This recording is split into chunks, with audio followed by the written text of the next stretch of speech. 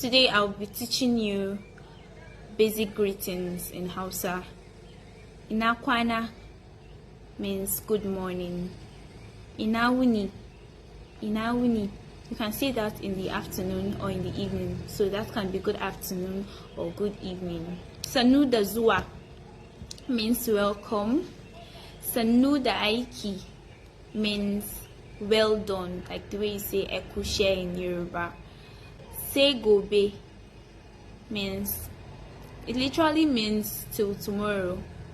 So when you are not going to see someone again, like until the next day, like you're parting ways, you can say gobe or say the safi. Say the safi literally means till in the morning. So you can say gobe or say the safi. That can serve as good night.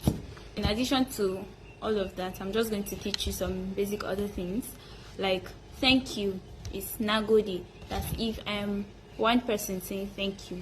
Let's assume that you did something for me and my family, and we want to say thank you, like collectively. We are going to say mungode. So mungode, we are like plural, like mungode is like the plural. Bite my tongue. So nagode, personal. Mungode, we are many saying thank you to you. Then yi hakuri means sorry.